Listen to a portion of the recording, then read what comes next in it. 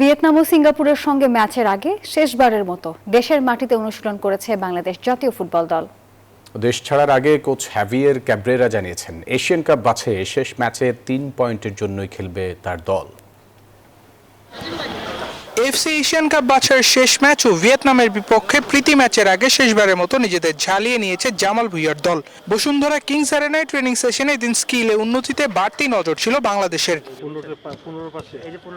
মূল পর্বে qualifier mission থেকে আগেই ছিটকে যাওয়ায় নিয়ম রক্ষার ম্যাচ। পদ্মা সেতু, মেট্রো রেল এবং এলিভেটেড এক্সপ্রেসওয়ে নির্মাণের গর্বিত অংশীদার বসুন্ধরা সিমেন্ট। তবুও ছাড় দিতে নারাজ লাল সবুজের প্রতিনিধিরা। অ্যাটাকিং ফুটবল খেলবে কাবরেরার দল, এমনটি জানিয়েছে জামাল ভুঁইয়া। নেক্সট ম্যাচের জন্য কিছু চেঞ্জ হবে।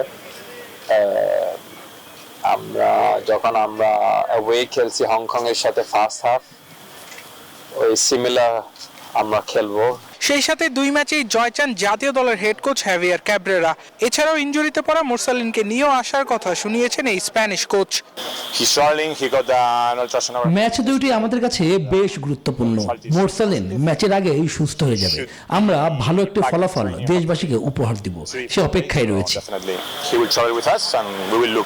ভিয়েতনামের সাথে প্রীতি ম্যাচ ও সিঙ্গাপুরের বিপক্ষে এশিয়ান কাপ বাছাইয়ে অংশ নিতে শুক্রবার রাতে দেশ ছাড়বে বাংলাদেশ দল। আবরার আল দাইয়ান, নিউজ 24, ঢাকা।